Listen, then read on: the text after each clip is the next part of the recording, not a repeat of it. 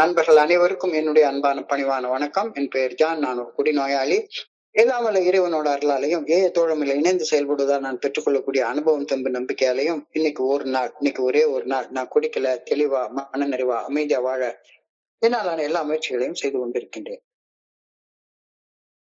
கோயம்புத்தூர் ஒருங்கிணைப்பு குழு மனசாட்சியின் தீர்மானத்தின் அடிப்படையில தினசரி இரவு 9:30 to 10:30 மணி நடத்துற இந்த ஆன்லைன் மீட்டிங்ல 24 hours a day, 24 மணித்துளிகள் ஒரு நாள் அப்படின்ற புத்தகத்துல இருந்து ஒவ்வொரு நாளும் ஒவ்வொரு பக்கமாக எடுத்து வாசித்து விளக்கம் பார்த்து கலந்தாய்வு செய்து கூட்டத்தை நடத்தி கொண்டிருக்கின்றோம். அதன் தொடர்ச்சியாக நாம அடைஞ்சிருக்கிற பக்கம் ஆகஸ்ட் மாதம் 21ஆம் நாள். இந்த ஆகஸ்ட் 21க்கான சிந்தனையை முதல்ல வாசிச்சு அதற்கு அப்புறமாக விளக்கம் பார்த்து கலந்தாய்வு செய்து கூட்டத்தை நிறைவு செய்து கொள்ளும். இந்த ஆகஸ்ட் 21 சிந்தனையை வாசிப்பதற்கு நண்பர் சொக்கலிங்கம் அவர்களை பணியோடு அழைக்கின்றேன். சொக்கலிங்கம், ஆகஸ்ட் 21. நன்றி நன்றி நன்றி நன்றி நன்றி. ரொம்ப நன்றி சார். 24 மணித்துளிகள் ஒரு நாள், ஆகஸ்ட் 21. தோழமையின் இன்றைய சிந்தனை. இறையருட் பேராற்றலின் இருத்தலை இல்லை என்று மறுப்பதற்கு நீ யார்? இந்த சவாலான கேள்வி நம் எல்லோரிடமும் கேட்கப்படுகின்றன. நாம் அறியும் உயிர்கள் அனைத்தினுள்ளும் ஓர் உன்னத வடிவமைப்பும் நோக்கமும் உள்ளது. இந்த உண்மையை மறுக்கும் தகுதி நம்மில் எவருக்காவது உள்ளதா? நாம் ஒரு நண்பனின் நல்ல ஒழுங்கான வழிகாட்டுதலின் மேல் கூட நம்பிக்கை வைக்கின்றோம். அந்த அளவுக்காவது ஒரு தெய்வீக வழிகாட்டுதலின் மேல் நம்பிக்கையை நாம் கொள்ள வேண்டும். இந்த நம்பிக்கை நமது படைப்பின் ஒரு பாகமாக அமைகின்றது என்பதை நாம் ஒப்புக்கொள்ள விரும்பியாக வேண்டும். நம்மை நாமே உண்மையிலேயே நேர்கொண்டால் நம்முள் மிக ஆழத்தில் மாபெரும் உண்மை ஒன்றை காண்போம். இந்த தேடுதலில் மட்டுமே இறையருட் பேராற்றலை நாம் கண்டடைய முடியும். நம்முள் இந்த உண்மையை நாம் காணும்போது நம்முள் தெளிவாக சிந்திக்கும் மனங்களை மீண்டும் பெறுகின்றோம். நான் என்னுள் அந்த மாபெரும் உண்மையை கண்டுகொண்டு விட்டேனா? இன்றைக்கான தியானம். இதோ நான் அனைத்தையும் புதியவனவாக ஆக்குகின்றேன் என்று இறையருட் பேராற்றல் எனக்கு வாக்களிக்கின்றது. நான் ஒரு புதிய வாழ்க்கை முறைக்கு மாறுகையில் பழையன பலவற்றை என் பின்னே விட்டு விடுகின்றேன். இந்த உலகு சார்ந்த ஆற்றல் என்னை உயர்த்துக்கு கொண்டு செல்வது சாத்தியப்படவே படாது. என்னை இந்த உலகோடு பிணைத்திருக்கும் கட்டுக்களின் பிடியை நான் தளர்த்த வேண்டும். இந்த உலகம் சார்ந்த ஆசைகளே என்னை கட்டி போட்டு வைத்துள்ளன. இந்த உலகம் சார்ந்தவற்றை விட்டுவிடும் திறனை நான் பெறுகையில் உன்னத உயரங்களை அடையும் சுதந்திரம் எனக்கு வழங்கப்படும். கட்டப்பட்ட எனது சிறகுகள் மீண்டும் முளைக்கும். நான் இதுவரை அறிந்திராத அழகும் ஆற்றலும் வெட்டுண்ட என் சிறகுகளுக்கு வழங்கப்படும். நான் விரும்பினால் என்னாலும் விடுதலை பெற்று சுதந்திரமாக உன்னதமான உயரங்களில் பறக்க முடியும். இன்றைக்கான பிரார்த்தனை. என்னை பிணைத்து வைத்திருக்கும் விலங்குகளை உடைத்தெறிந்து விடுதலை பெற வேண்டும் என வேண்டுகின்றேன். என் ஆன்மா சுதந்திரமாய் மேலெழும்பி புதிய உயரங்களை அடைய வேண்டும் எனவும் வேண்டுகின்றேன். நன்றி இறைவா. நன்றி நன்றி நன்றி நன்றி சொக்கலிங்கம், நன்றி சொக்கலிங்கம். நண்பர்கள் அனைவருக்கும் மீண்டும் ஒரு முறை என்னுடைய அன்பான பணிவான வணக்கங்களை தெரிவித்துக் கொள்றேன். என் பெயர் ஜான். நான் ஒரு குடிநோயாளி. எல்லாம் வல்ல இறைவனோட அருளாலையும் தோழமையில இணைந்து செயல்படுவதால் நான் பெற்றுக்கொள்ளக்கூடிய அனுபவம் தம்பு நம்பிக்கையாலையும் இன்னைக்கு ஒரே ஒரு நாள் நான் குடிக்கல, தெளிவா மன நிறைவா அமைதியா வாழ என்னாலான எல்லா முயற்சிகளையும் செய்து கொண்டிருக்கின்றேன். இன்றைய சிந்தனையை வாசிக்கிறப்ப நான் குடிச்சிட்டு இருந்த காலத்துல என்னுடைய மனநிலை எப்படி இருந்தது அப்படின்றத பின்னோக்கி பார்க்கிறேன். நான் என்னை பத்திய பகிர்வை மட்டும்தான் பகிர்ந்து கொள்றேன். நான் குடிச்சிட்டு இருந்த காலகட்டத்துல ஒரு அதிதீவிர இறை மறுப்பாளனாக பேசி வாழ்ந்து கொண்டிருந்தேன். ஒரு நாஸ்திகனாகத்தான் இருந்தேன். யாரு கடவுளை பத்தி பேசினாலும் சரிதான், கடவுள் இல்லை, கடவுள் இல்லவே இல்லை, கடவுளை நம்புகிறவன் காட்டு மிராண்டி, கடவுளை நம்புகிறவன் முட்டாள் அப்படின்னு எப்பொழுதும் என்னுடைய குரலை உயர்த்தி பேசத்தான் செய்வேன். யாராச்சும் என்கிட்ட கேட்டாங்கன்னா ஒரே ஒரு வார்த்தைய பைத்திய மாதிரி திட்டி சொல்லிட்டே இருப்பேன். மனுஷன் கடவுளை படைச்சானா கடவுள் மனுஷனை படைச்சானா அப்படின்னு சொல்லி பார்த்தா ஈஸியா தெரியுது. மனுஷன் தான் கடவுளை படைச்சான். பாரு, எல்லா சாமிக்கும் 2 கண்ணு, 2 காது, 2 கை, 2 காலு வச்சுதானே உருவங்கள் வடிவமைச்சிருக்காங்க. இப்போ மனுஷன் தான் ஆண்டவனை படைச்சது, ஆண்டவன் மனுஷனை படைக்கல அப்படின்னு என் பாட்டுக்கு ஒரு பைத்தியக்காரன் மாதிரி பேசிக்கிட்டே இருப்பேன். அப்ப இப்படி பேசிட்டு இருந்ததுனால என்னுடைய வாழ்க்கைக்கு ஒரு நல்ல ஒழுங்கான வழிகாட்டுதல் இல்லவே இல்லை, கிடைக்கவே இல்லை. நான் பாட்டுக்கு தாந்தோன்றித்தனமாக மனம் போன போக்குல சித்தம்போக்கு சிவம்போக்குன்னு வாழ்ந்து மது பழக்க அடிமைத்தன கோளாறுக்கு, அதாவது குடிநோய் என்ற அந்த கோளாறுக்கு கொண்டு வந்து விடப்பட்டுட்டேன். இந்த மது அருந்தும் பழக்க அடிமைத்தன கோளாறு அல்லது குடிநோய் என்னைய கடைசியில மரணத்தின் எல்லை வரை கொண்டு வந்து விட்டுருச்சு, சாக நிலைமை கொண்டு வந்து விட்டுருச்சு. 14/2/1997 அன்னைக்கு கூட ஒரு கோப்பு மது நான் சாப்பிட்டு இருந்தேன்னா நிச்சயமா செத்து போயிருந்திருப்பேன். சந்தேகத்துக்கு இடம் இல்லாமல் அது நிரூபிக்கப்பட்ட உண்மை. இந்த உண்மையை தோழமைக்கு வந்ததுக்கு அப்புறமாக குடி நோயின்னு ஒண்ணு இருக்கு, நான் ஒரு குடி நோயாளிங்கிறத ஒப்புக்கொண்டேன். இத என்னால மறுக்க முடியாது, ஏன்னா அது ஒரு உண்மை. நான் ஒரு குடி நோயாளி, இன்னும் கொஞ்சம் குடிச்சா செத்துருப்பேன் அப்படின்ற உண்மைய ஒப்புக்கொண்டுட்டேன். உயிர் போய்விடும், அகால மரணம் அடைந்து விடுவேன் அப்படின்ற பயம்தான் மோசம் செய்யும் முதல் குடிக்கிறதுல இருந்து என்னைய விலக்கி வாழ் மனநிலைக்கு கொண்டு வந்து சேர்த்தது. சந்தேகமே இல்லை. இன்னொரு கோப்பம் மது குடிச்சிருந்தா செத்து போயிடுவேன் அப்படின்ற பயத்துலதான் நான் குடிக்கிறது நிறுத்தினேன். ஆனா குடிக்கிறத நிறுத்தினதுக்கு அப்புறமாகும், மது அருந்துவதை நிறுத்தினதுக்கு அப்புறமாட்டும் இறை மறுப்பை, கடவுள் இல்லை, கடவுள் இல்லவே இல்லை அப்படின்ற இறை மறுப்பை நான் நிறுத்தவே இல்லை. தோழமையில வந்து இணைந்த ஆரம்ப நாட்கள்ல கூட நான் ஒரு இறை மறுப்பாளனாகத்தான் பேசிக்கிட்டு இருந்தேன். அந்த ஆரம்ப நாட்கள்ல என்னால குடிக்காம மது போதையற்ற உடல் நிதானத்துடன் வாழ முடிந்ததை தவிர மன தெளிவோட நிம்மதியாக நிறைவாக வாழ்வது எனக்கு சாத்தியப்படவே இல்லை ஆரம்ப காலகட்டத்துல. ஏன் என்னால தெளிவோட சிந்தித்து முரண்பாடு இல்லாம பேசி நிதானமாக செயல்பட்டு வாழ முடியவில்லை அப்படின்ற காரணம் எனக்கு புரியவே இல்லை. ஏன் இப்படி பைத்தியக்கார மாதிரி நான் வாழ்ந்துட்டு இருக்கேன், பேசினதே திரும்ப திரும்ப பேசிக்கிட்டே இருக்கேன், செஞ்சதையே திரும்ப திரும்ப செஞ்சுட்டே இருக்கேன், ஏன் இப்படி இருக்கேன் அப்படின்றது எனக்கு புரியவே இல்லை. அந்த நேரத்துலதான் எனக்கு என்னுடைய குருஜி அவர்களுடைய பரிச்சயம், பழக்கம், நட்பு, அவருடைய தெளிவான பார்வை எனக்கு கிடைச்சது. அவருடைய பரிச்சயம், பழக்கம், நட்பு, தெளிவான பார்வை எனக்குள்ளார ஒரு மாற்றத்தையும் வளர்ச்சியும் கொண்டு வருவதற்கு ரொம்ப உதவிச்சுது அப்படின்றது எனக்கு இப்போ மறுக்கவே முடியாது. அவர் தான் முதல்ல காட் என்ற சொல்லுக்கு பில்டபிள்யூ கொடுத்த விளக்கமாக்கிய குட் ஆர்டர்லி டைரக்ஷன் அப்படின்ற அர்த்தத்தை எனக்கு சொல்லி கொடுத்தாரு. அவர்தான் ஃபர்ஸ்ட் காட்னா குட் ஆர்டர்லி டைரக்ஷன் அப்படின்ற அர்த்தத்தை எனக்கு சொல்லி கொடுத்தாரு. இந்த விளக்கம், காட்னா குட் ஆர்டர்லி டைரக்ஷன் அப்படின்ற விளக்கம் என்னுடைய வாழ்க்கையவே புரட்டி போட்ட அர்த்தமாக இருந்தது. அது வரைக்கும் கடவுள் இல்லை இல்லை இல்லை இல்லைன்னு சொல்லிட்டே இருந்த எனக்கு இந்த காடுங்கிறத ஒரு பெர்சனாலிட்டியை இல்லாம ஒரு குட் ஆர்டர்லி டைரக்ஷன் அப்படின்ற கருத்தை கேட்டப்ப அந்த விளக்கம் என்னுடைய வாழ்க்கையை புரட்டி போட்ட ஒரு அர்த்தமாக இருந்தது. அது வரைக்கும் நான் இறைவனை ஒரு ஆளாக, ஒரு பெர்சனாலிட்டியாக கற்பனை செய்து இறை மறுப்பாளனாக வாழ்ந்து கொண்டிருந்த என்ன ஆழமாக சிந்திக்க வைத்த வார்த்தைகள். இறைவன் என்றால் வாழ்வதற்கான நல்ல ஒழுங்கான வழிகாட்டுதல், குட் ஆர்டர்லி டைரக்ஷன் இப்படின்ற அந்த அர்த்தம் தான் என்னுடைய வாழ்க்கையவே மாற்றி அமைக்கிறதுக்கு அடிப்படை காரணமாக இருந்தது. குருஜி என்கிட்ட ஒரு எளிமையான ஒரு கேள்வியை கேட்டார், ரொம்ப எளிமையான கேள்வி. ஒரு கேள்வியை கேட்டார், சிரிச்சுக்கிட்டே கேட்டாரு, நீ உயிரோட இருக்கியாடா அப்படின்னு சொல்லி கேட்டாரு. நேரடியாக கேட்ட எளிமையான கேள்வி, நீ உயிரோட இருக்கியா அப்படின்னு கேக்குறாரு.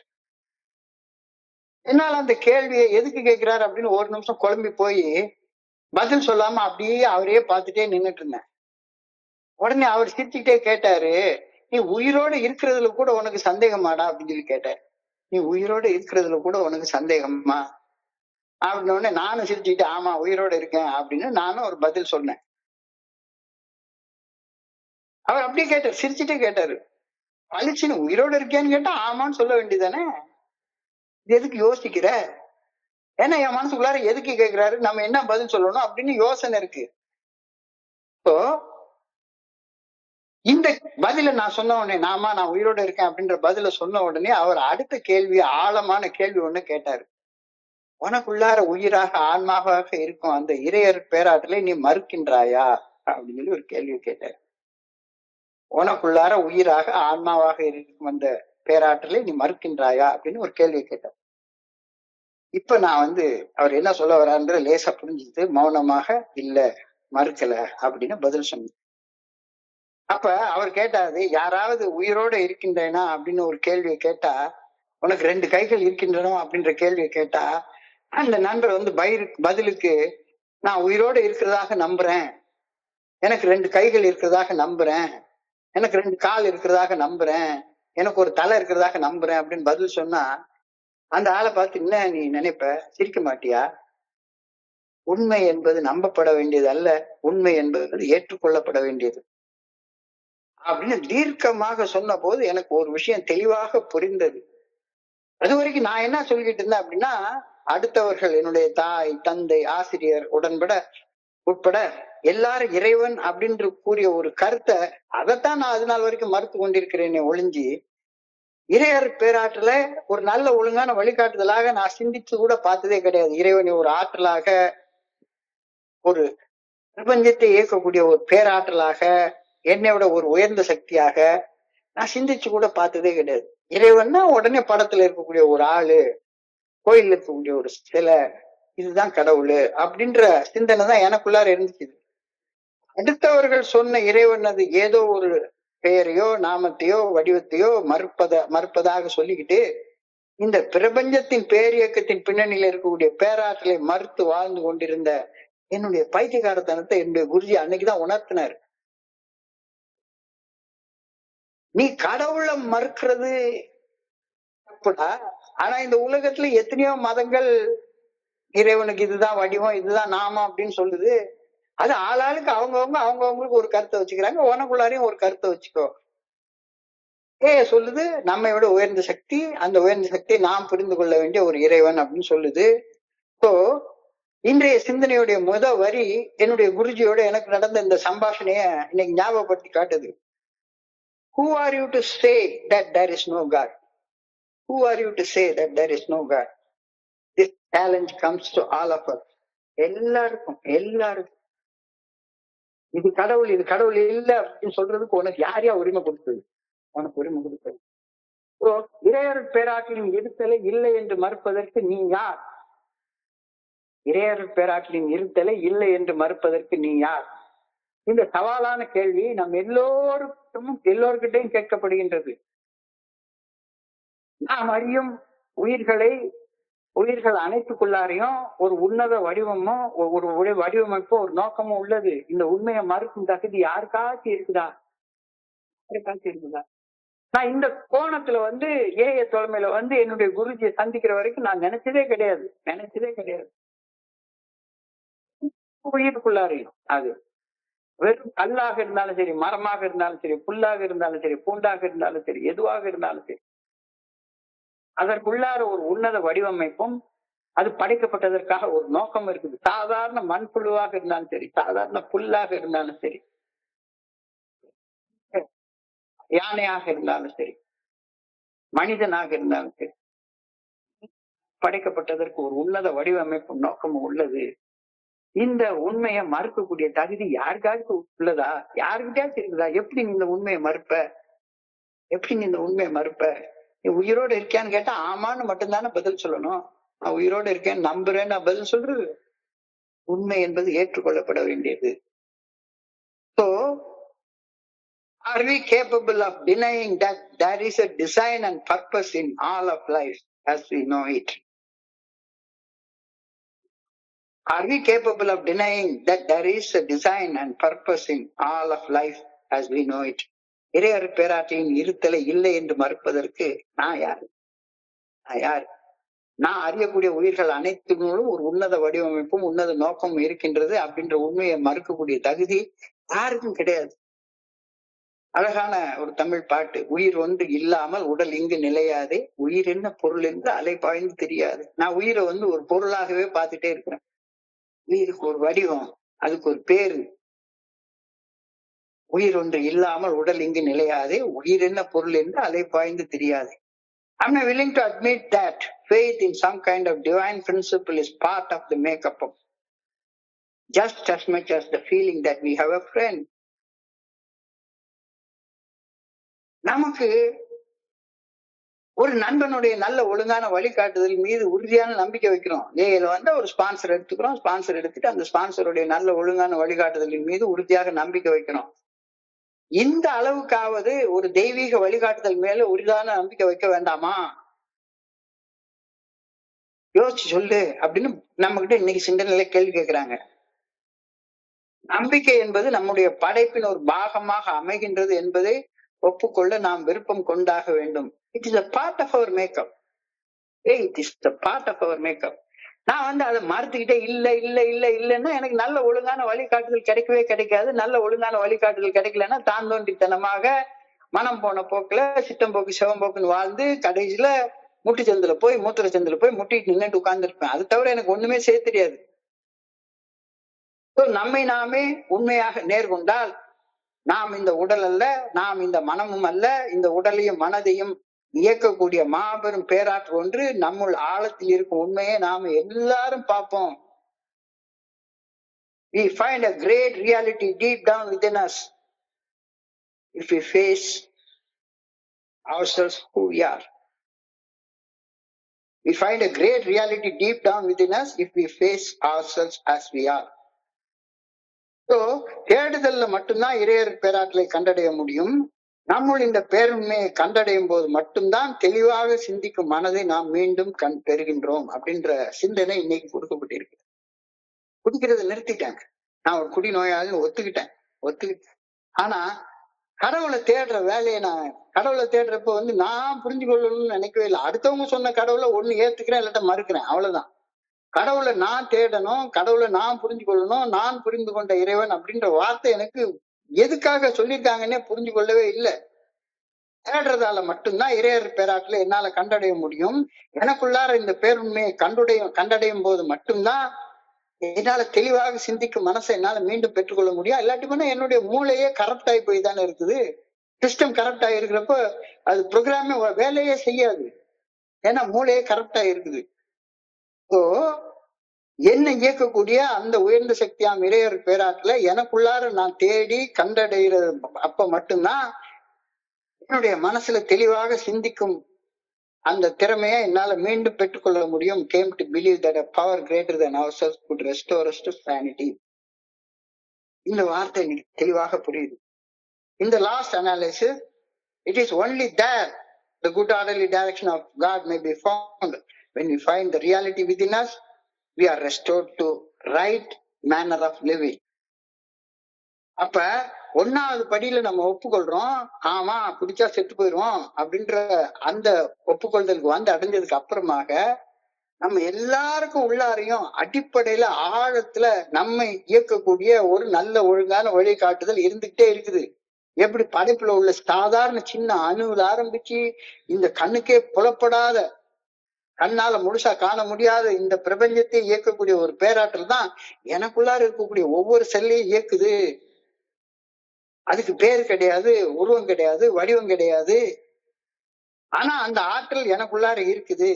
In the last analysis, it is only there that we of the good orderly direction of God may be found. When we found the reality within us, we are restored to sanity. We are restored to sanity. So இந்த ரெண்டாவது படி அழகா நமக்கு இன்னைக்கு சிந்தனையில ஞாபகப்படுத்துறாங்க. I found that great reality. இந்த மாபெரும் உண்மையை நாம கண்டடைந்து விட்டேனா? இதான் கேள்வி. I found that great reality. எனக்குள்ளார மறைவாக அருவமாக உள்ள இருந்து என்ன இயக்கக்கூடிய இறையர் பேராற்றலை நான் கண்டு கொண்டு விட்டேனா? இல்லைன்னா இன்னைக்கு தியானத்துக்கு கடந்து போ. கவனத்தை குவிச்சு இன்னைக்கு சொல்லிருக்கக்கூடிய சில விஷயங்கள் உன்னுடைய சிந்தனையை தியானம். ஒரு புதிய வாழ்க்கை முறையை தழுவுவது ஒரு ஆழமான படியாகும். நான் இதுவரைக்கும் வாழ்ந்துட்டு இருந்த ஒரு பர்டிகுலர் டைப் ஆஃப் வாழ்க்கையை வாழ்ந்துட்டு இருக்கேன். இவ்வளவு நாள் அதே மாதிரி அதே பேட்டர்ன்லயே சிந்திச்சு, அதே பேட்டர்ன்லயே பேசி, அதே பேட்டர்ன்லயே வாழ்ந்துட்டு வந்திருக்கிறேன். இப்போ ஒரு புதிய வாழ்க்கை முறையை தழுவுறதுன்னு சொல்றாங்க. So இது ஒரு பெரிய ஆழமான படியாகும். பழைய பழக்க அடிமைத்தனங்கள், செயல் அடிமைத்தனங்கள் அல்லது சூழ்நிலைகளை விட்டு விலகுவது பெரிய சவாலாக தோன்றலாம்.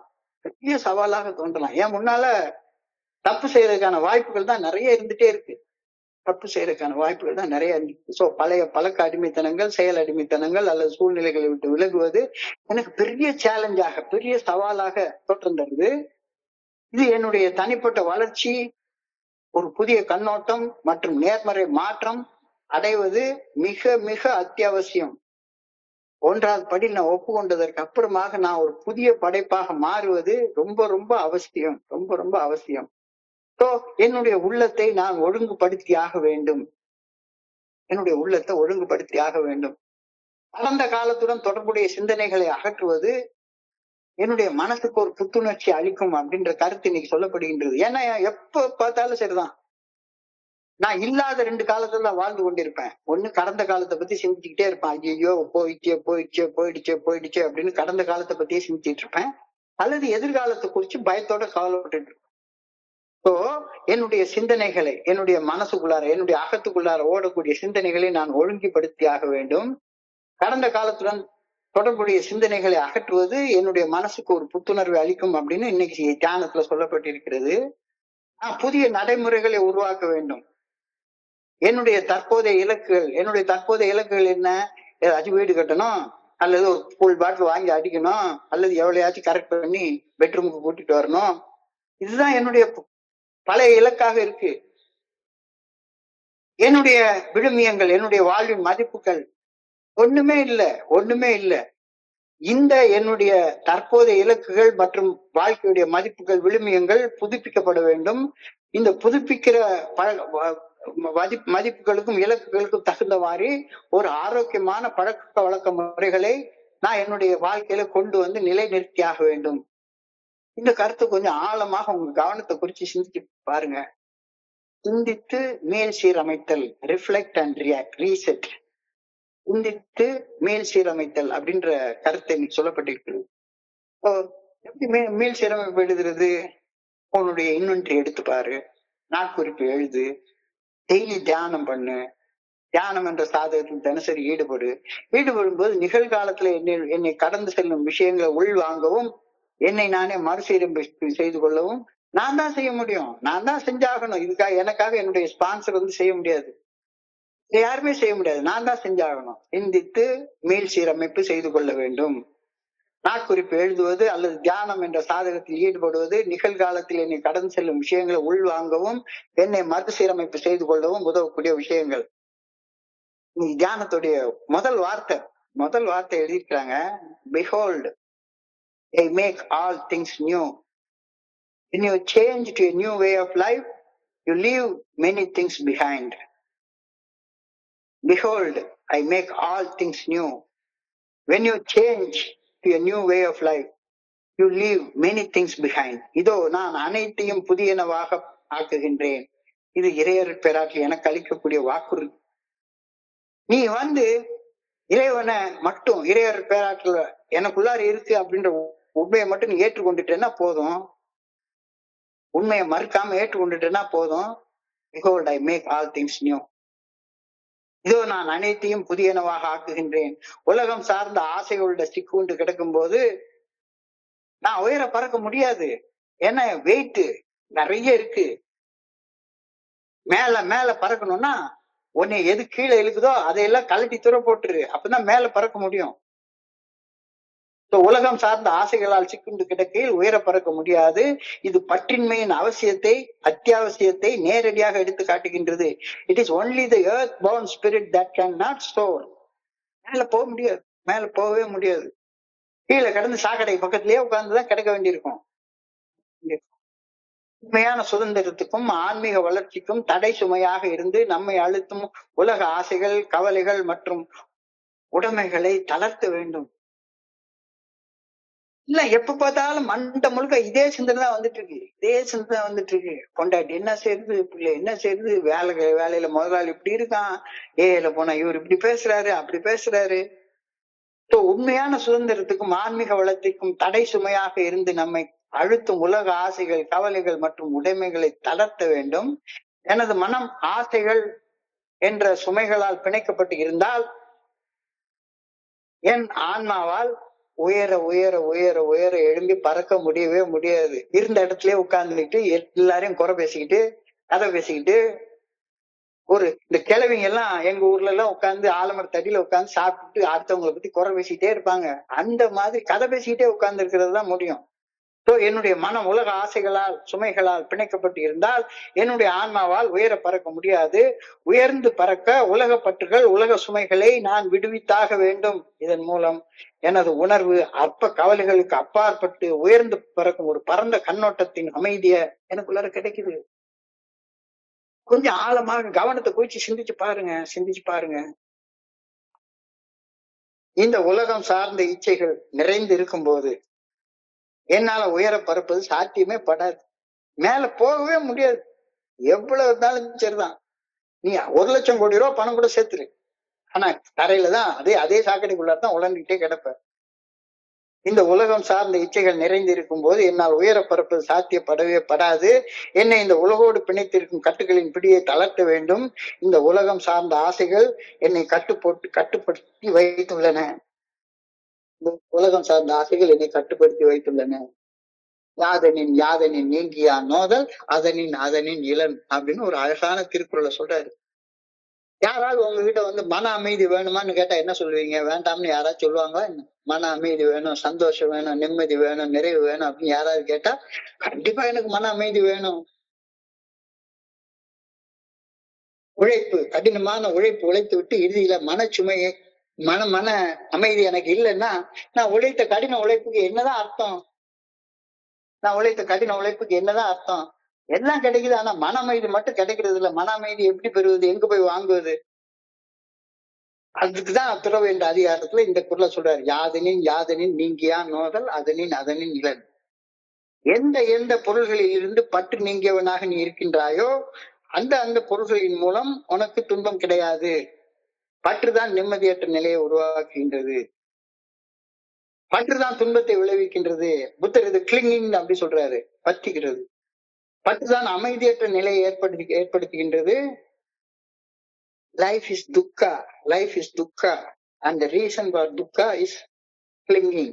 பற்று. இதுதான் கீதையிலே உபதேசிக்கப்படுகிறது. எந்த பற்றுகளில் இருந்து வெளியே வருகின்றாயோ அந்த பொருள்களிடமிருந்து நீ விடுபடுகின்றாய். விடுபட்ட பொருள்களில் இருந்து உனக்கு ஒரு அணு அளவு கூட துன்பம் உண்டாவதில்லை. சாராயத்தை விட்டுட்டுன்னா சாராயத்தால துன்பம் இல்லை. பற்று விட்டுரு. வேண்டாம் பிரத்திச்சுக்காத. புத்தரும் இயேசுவரும் திருவள்ளுவரும் கிருஷ்ணரும் திருமூலரும் ஏன் இந்த உலக மறை எல்லாமே கூட இந்த ஒரே கருத்தை தான் போதிக்குது. இல்ல எப்படிதான் இந்த பற்றை விடுறது? எப்படி இந்த உலகத்துல உள்ள பற்றை விடுறது? எல்லாத்தையும் தூர போட்டுறணுமா? என்கிட்ட இருக்கக்கூடிய வீட்டுல இருக்கக்கூடிய பொருள் எல்லாம் ரோட்ல தூக்கி தொட்டு எரிஞ்சிடணுமா? என்னக்கு சொல்றாங்க இவங்க? பற்று உனக்கு துன்பத்தை விளைவிக்குது. ஒரு விஷயத்துல பற்று இருப்பதனால் எதிர்பார்ப்பு உண்டாகுது. பெரும்பாலான நேரங்களில் எதிர்பார்ப்பு நிறைவேறுவதே இல்லை. அப்படி எதிர்பார்ப்பு நிறைவேறாத போது ஏமாற்றம் அடைகின்றோம். ஏமாற்றம் துன்பத்தை விளைவிக்கின்றது, மன அமைதியை அழித்துக் கொள்கின்றது. கேட்டா எனக்கு மன அமைதி வேணுமா, சந்தோஷம் வேணுமா, நிம்மதி வேணுமா, நிறைவு வேணுமா அப்படின்னு சொல்லி கேட்டா வேணும்னு சொல்றோம். ஆனா எது அது அடையிறதுக்கு தடையாக இருக்குதோ அது தூரத்துக்கு போடுறதுக்கு மறுத்துட்டு இருக்கோம். இப்ப அதனால எனக்கு துன்பம் வராம மன அமைதி நிம்மதி வேணும்னா அதுக்கு நான் என்ன பண்ணணும்? பற்று இருக்கக்கூடாது, எதிர்பார்ப்பு இருக்கக்கூடாது. பற்று இல்லைன்னா, எதிர்பார்ப்பு இல்லைன்னா துன்பம் உண்டாகுவதில்லை. துன்பமற்ற நிலைதான அமைதி, துன்பமற்ற நிலைதான மன அமைதி, துன்பமற்ற நிலைதான சந்தோஷம், துன்பமற்ற நிலைதான நிம்மதி எல்லாம். எந்த பொருளிடமிருந்து அல்லது எந்த மனிதர்களிடமிருந்து பற்று நீங்கி இருக்கின்றோமோ அந்தந்த பொருள்களால அந்தந்த மனிதர்களால் நமக்கு துன்பம் உண்டாவதில்லை. பற்று அறுத்தல் மன அமைதி கிடைக்கும் என்று முடிவாக தெரிந்து கொண்டதுக்கு அப்புறமாகவும் பொருள்களை மனுஷர்களை தூக்கி குப்பை தொட்டியில போட்டு சொல்லல. அவங்க கிட்ட மேல பற்று வைக்காத. இவர் இப்படித்தான் இருக்கணும் அப்படின்னு எதிர்பார்க்காத. பொருள்கள் மனிதர்கள் என்னை சுற்றி இருப்பதனால் பற்று உண்டாகுகின்றது. பொருள்கள் மனிதர்களை தூர எரிந்து விட்டால் மன அமைதி வந்துடும் அப்படின்னு நினைக்கிறது தவறு. இறைவனால் உருவாக்கப்பட்ட பொருள்கள் மனிதர்கள் பிரச்சனையே இல்லை. என் மனம் பொருள்களோடும் மனிதர்களோடும் பற்றி கொள்ளும் போது துன்பம் உண்டாகின்றது, மன அமைதி கெட்டு போகின்றது. என்னுடைய குருஜி அழகா சொல்லுவாரு, ஒரு தூணை போய் பிடிச்சிட்டு, நான் தூணை இருக்க பிடிச்சிட்டு தூணை என்னை ஊற்று, தூணை என்னை ஊற்று அப்படின்னு சொல்றது என்ன பைத்தியக்காரத்தனம்? தூண் தூண் இருக்கிற இடத்துலயும் இருக்கட்டும், அதை பற்றி இருக்கிற பற்றத்தானே நான் விடணும். பற்ற விடுறப்ப சுதந்திரம் எனக்கு கிடைக்குது. பற்றி கொள்வது செயலடிமைத்தனத்தை உருவாக்குகின்றது. பொருள்கள் மனிதர்கள் கூட இருக்கும் போதும் அவர்களை பற்றி கொண்டு வாழும் வாழ்க்கை எனக்கு துன்பத்தை விடுது. இந்த பற்று விடுறதுக்குதான் 12 படிகள் அடங்கிய மீட்படையும் செயல் திட்டம் எனக்கு ஒரு வழியை கற்பிச்சு தருது. சிந்தித்து பார்த்து இந்த புரிந்துணர்வை, இந்த ஞானத்தை, பற்று இல்லாமல் எப்படி வாழ்றது அப்படின்ற வாழ்க்கை கலைய ஃபெலோஷிப் எனக்கு கற்பிச்சு தருது. பற்று இன்மை என்பது கேர்லெஸ்னஸ் கிடையாது. கேர்லெஸ்னஸ் என்பது வேற, பொறுப்பின்மை என்பது வேற, பற்று இல்லாமல் வாழ்றதுங்கிறது வேற. பற்றுதல் அற்ற தன்மை தோழமை பரிந்துரைக்கக்கூடிய 12 படிகளடையும் மீட்படையும் செயல் திட்டத்தை ஆழ்ந்து சிந்தித்து வாழ்க்கையாக வாழ்வதால் கிடைக்கக்கூடிய நிலையாகும். அதுதான் ஆன்மீக விழிப்புணர்வு நிலை, தன்னுணர்வு நிலை அப்படின்னு சொல்றாங்க. இந்த நிலை நம்மளுடைய 4வது வாக்குறுதியாக தரப்பட்டிருக்கிறது. We will know peace. ஆள் மன அமைதியை அறிந்து கொள்வோம். ஆள் மன அமைதியை அறிந்து கொள்வோம். அன்பின் சக்தியால, சுதந்திரத்தின் மேல் இருக்கக்கூடிய பேரார்வத்தால நாம இந்த விஷயத்தை கடந்து வர்றோம். ஆசை அருமீன்கள், ஆசை அருமீன்கள், ஈசனோடாயினும் ஆசை அருமீன்கள், ஆசை படப்பட ஆய்வரும் துன்பங்கள், ஆசை விட விட ஆனந்தமாமே. எந்த பொருளின் மீதும் பற்று ஆசை வச்சா துன்பத்தை அடைகிறது சர்வ நிச்சயம். கடவுள் மேல பற்று வச்சாலும் சரிதான், ஃபெலோஷிப் மேல பற்று வச்சாலும் சரிதான், துன்பத்தை தவிர வேற என்னமே நமக்கு கிடைக்காது. All is full, all that is full. From fullness, fullness comes. When fullness is taken from fullness, fullness still remains. இது ஒரு அழகான உபநிடத வார்த்தை. எல்லாம் அமைதியாக இருக்குது, எல்லாம் நிம்மதியாக இருக்கிறது. இந்த உலகம் முழுக்க நிம்மதியாக இருக்கிறது. அமைதியிலிருந்துதான் நான் அமைதியை பெற்றுக்கொள்றேன். அமைதியிலிருந்து அமைதியை எடுத்துக்கொள்ளும் போது அமைதி அழிஞ்சு போகுதே கிடையாது. அமைதி அப்படியே இருந்துட்டே இருக்கும். All is full, all that is full. From fullness, fullness comes. When fullness is taken from fullness, fullness still remains. எவ்வளவு அழகான வார்த்தைகளை இன்னைக்கு சொல்லியிருக்காங்கன்றது தெளிவாக தெளிவாக தெளிவாக தெரிகிறது. So, your new freedom will depend upon your ability to raise above earthly things. If wings can grow again, broken wings can regain strength and beauty unknown before. If you will, you can be released and free. எது பறக்கிறதுக்கு wait இருக்கு, வெயிட்டுக்கு வச்சுக்கிட்டு மேல பறக்கவே முடியாது. வெயிட்லெஸ்ஸா இருந்தா தான் மேல பறக்க முடியும். இந்த உலகம் சார்ந்தவற்றை விட்டுவிடும் திறனை நான் பெற்றுக்கொள்ளும் போது உன்னத உயரங்களை அடையும் சுதந்திரம் எனக்கு வழங்கப்படுகின்றது. வெட்டப்பட்ட சிறகுகள் மீண்டும் முளைக்கின்றன. நான் இதுவரை அறிந்திராத அழகும் ஆற்றலும் என் சிறகுகளுக்கு வழங்கப்படுகின்றது. நான் விரும்பினால் என்னாலும் விடுதலை பெற்று சுதந்திரமாக உயர உயர உயர உயர பறக்க முடியும். இந்த கருத்து எவ்வளவு ஆழமாக சொல்லப்பட்டிருக்குன்னு பாருங்களேன். Your freedom will depend upon your ability to rise above earthly things. Yes, இந்த உலகத்துல வாழ்றதுக்கு சாப்பாடு தேவை, வீடு தேவை, உடை தேவை, ஒரு சௌகரியம் தேவை, எல்லாம் தேவை. ஆனா அது எல்லாமே உனக்கு இறைவனால் கொடுக்கப்பட்டு விட்ட பிறகும் இன்னும் வேணும், இன்னும் வேணும், இன்னும் வேணும் அப்படின்னு சொல்லி, அதாவது அழகா சொல்லுவாங்க, ஒரு ஒரு ஒரு குதிரைக்கு அதுக்கு வண்டியில பூட்டிட்டு அதுக்கு முன்னால ஒரு சின்ன புல்லு கட்டை காட்டிடுவாங்க. அத குதிரை அதை எட்டி பிடிக்கிறதுக்கு முதல்ல ஒரு அடி எடுத்து வைக்கும். ஒரு அடி எடுத்து வச்ச உடனே அது மறுபடியும் இன்னொரு அடி தள்ளி போயிடும் அந்த புல்லுக்கட்டு. அதை விரட்டி விரட்டி விரட்டி விரட்டி இது வாட்டு இழுத்துட்டு போகும். ஸோ இந்த உலக ஆசைகள் என்னை சுதந்திரமாக வாழ விடாம எதையோ ஒண்ணு துரத்தி துரத்தி துரத்தி துரத்தி போர்வுற்ற ஒரு வாழ்க்கையை தான் எனக்கு கொடுக்குது. ஸோ இப்ப இன்னைக்கு தியானத்துல அழகா சொல்லியிருக்கிறாங்க, my freedom will depend upon my ability to rise above earthly things. இந்த உலகம் சார்ந்தவற்றை விட்டுவிடும் திறனை நான் பெறும்போது உன்னத உயரங்களை அடையக்கூடிய சுதந்திரம் எனக்கு வழங்கப்படுகின்றது. Clipped wings can grow again. நான் குடிச்சு குடிச்சு குடிச்சு குடிச்சு என்னுடைய பறக்கிறதுக்கு இறைவன் கொடுத்திருக்கிற என்னுடைய சிறகுகளை வெட்டி வெட்டி வெட்டி தூர போட்டுட்டேன்.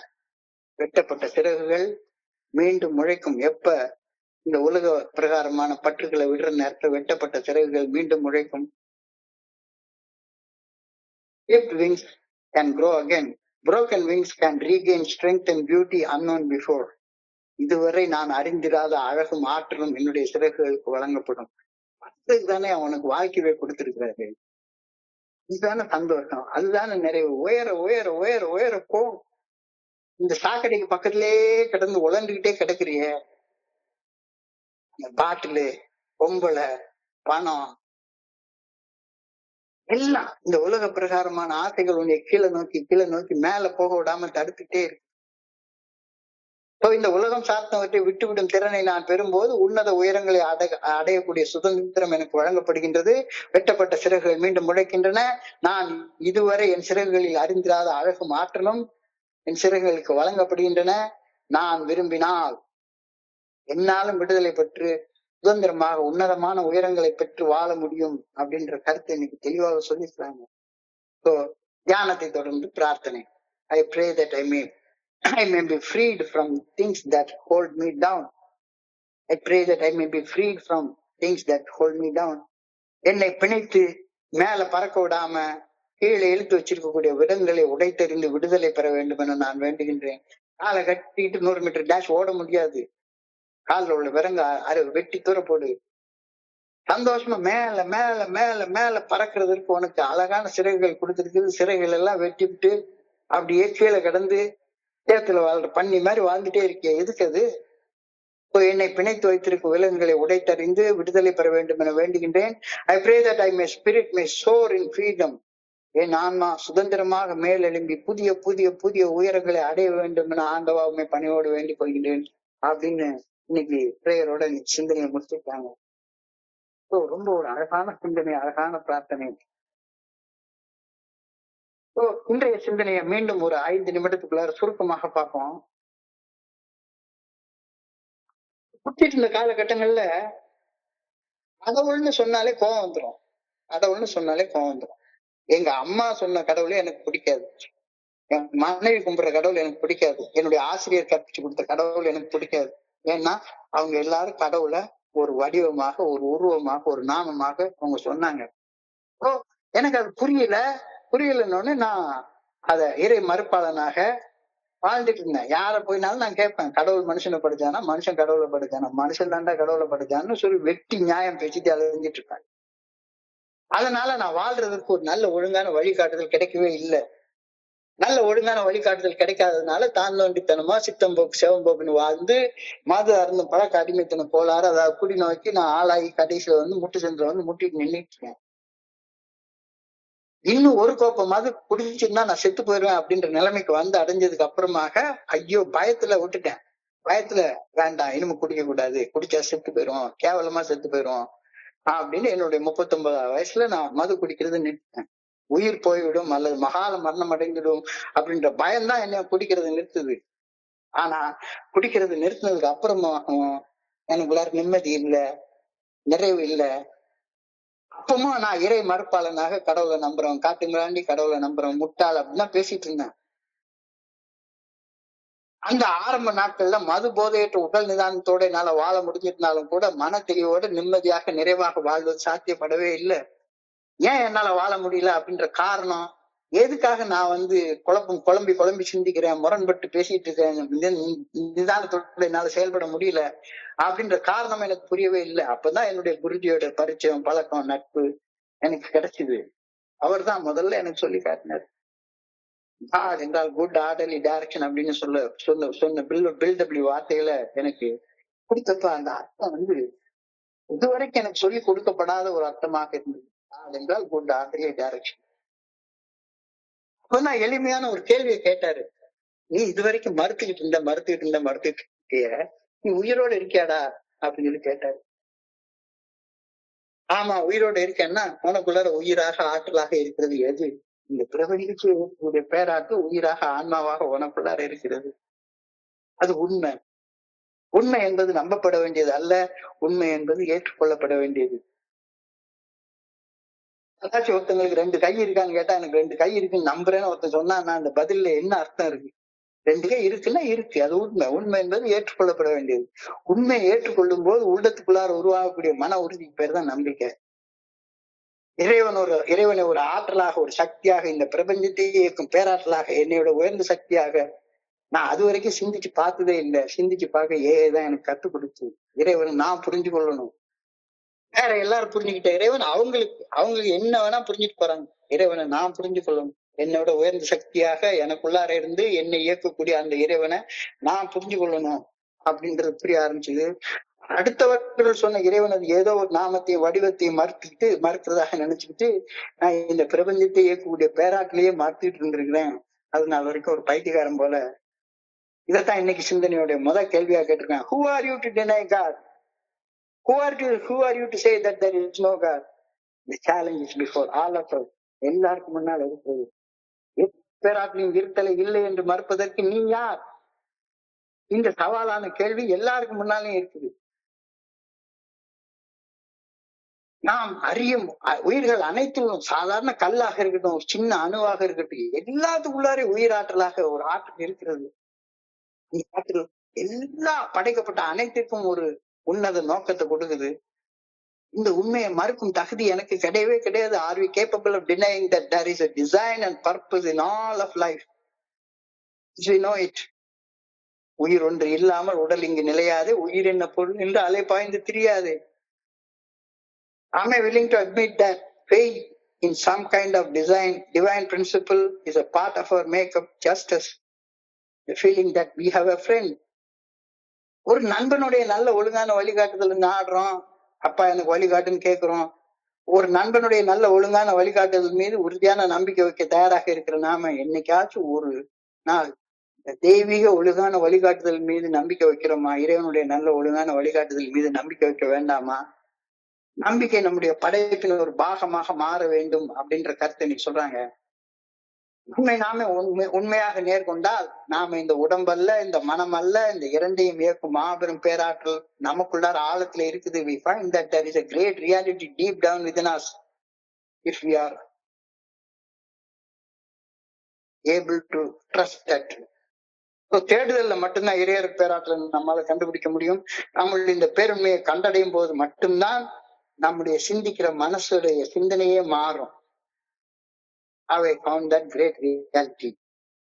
இந்த மாபெரும் உண்மைய, ஆழமான உண்மையை நீ கண்டுபிடிச்சிட்டியா? இல்லைன்னா இன்னைக்கு தியானத்துக்கு போ. ஒரு புதிய வாழ்க்கை முறையை தழுவுவது ஒரு ஆழமான விஷயம். பழைய கழிதலும் புதிய புகுதலும் வழுவல்ல கால வகை நானே. ஒரு புதிய வாழ்க்கை முறையை தழுவது அந்த பழக்க அடிமைத்தனங்கள், செயல் அடிமைத்தனங்கள், அந்த செயல் அடிமைத்தனங்களை விட்டு உருவாக்குற சூழல்களை விட்டு விலகிறது ஒரு பெரிய சவாலாக தோன்றலாம். ஆனா அது தனிப்பட்ட வளர்ச்சி, புதிய கண்ணோட்டம், இதுக்கு நேர்மறை மாற்றம் ரொம்ப அவசியம். நான் என்னுடைய அகத்தை, உள்ளத்தை, மனசை ஒழுங்குபடுத்தியாக வேண்டும். கடந்த காலத்துடன் தொடர்புடைய சிந்தனைகள், எதிர்காலத்துடன் தொடர்புடைய சிந்தனைகளை அகற்றுவது மனதிற்கு ஒரு புத்துணர்வை அளிக்கும்.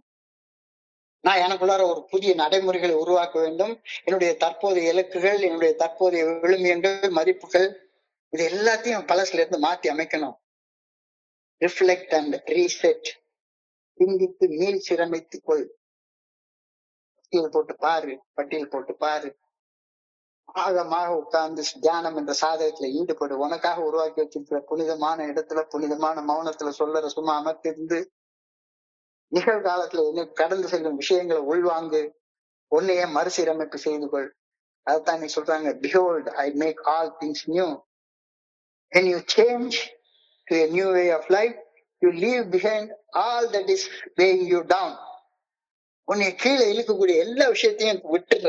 இதோ நான் அனைத்தையும் புதியவனவாக ஆக்குகின்றேன். இது இறையர் பேராற்றல் எனக்கு அளிக்கக்கூடிய வாக்குறுதி. உலகம் சார்ந்த ஆசைகளில் சிக்குண்டு கிடக்கும் உன்னால உயர பறக்க முடியவே முடியாது. இது பற்றின்மையின் அவசியத்தை ஆழமாக எடுத்துரைக்கிறது. It is only the earth-bound spirit that cannot soar. நீ வெறுமனே இந்த உலகத்தில் உள்ள வெயிட்டால கீழே இழுக்கப்பட்டுட்டே இருந்தேன்னா மேல பறக்க பறக்கவே முடியாது. உண்மையான சுதந்திரத்திற்கும் ஆன்மீக வளர்ச்சிக்கும் தடை சுமையாக இருந்து நம்மை அழுத்தும் உலக ஆசைகள், கவலைகள் மற்றும் எல்லாவற்றையும் தளர்த்த வேண்டும். எனது மனம் ஆசைகள் என்ற சுமைகளோட பிணைக்கப்பட்டு இருக்கும் போது நான் உயர பறக்கிறது சாத்தியம் இல்லாம போயிடும். உயர்ந்து பறக்க உலக பற்றுக்கள் என்ற உலக சுமைகள் இருந்து நான் விடுபட்டாக வேண்டும். இதத்தான் அழகா சொல்றாங்க, யாதனின் நீங்கியா நோதல் அதனின் இளன் அப்படின்ற கருத்து ரொம்ப அழகாக சொல்லப்பட்டிருக்கிறது. பற்றுக்கள் தான் துன்பத்தை விளைவிக்கின்றது. பற்றுதான் உன்னுடைய மன அமைதியை, நிம்மதியை, நிறைவை சிதைச்சு போடுது. பற்று இல்லைன்னா எதிர்பார்ப்பு இல்லாத போது துன்பம் உண்டாகிறது இல்லை. துன்பம் இல்லாத நிலையே அமைதி. இந்த மன அமைதி வேண்டும் என்றால் உன்னை எது கீழே இழுக்குதோ அதை தூக்கி கீழே போட்டுரு. உலகமே ஃபுல்லா இருக்குது. இந்த உபநிடத வார்த்தைகளை நான் சொல்றேன். All is full, this is full, that is full. From fullness comes. When fullness is taken from fullness still remains. எல்லாம் அமைதியாக உள்ளது, எல்லாம் கரெக்டா இருக்குது, எல்லாம் நிறைவாக இருக்கிறது. அமைதியிலிருந்துதான் அமைதி பிறக்கிறது. அமைதியிலிருந்து அமைதி எடுத்துக்கொள்ளப்படும் போது அமைதி இன்னும் இருந்துட்டே தான் இருக்கு. அது போகவே போகாது. ரொம்ப ஒரு அழகான கருத்து, அழகான சிந்தனை.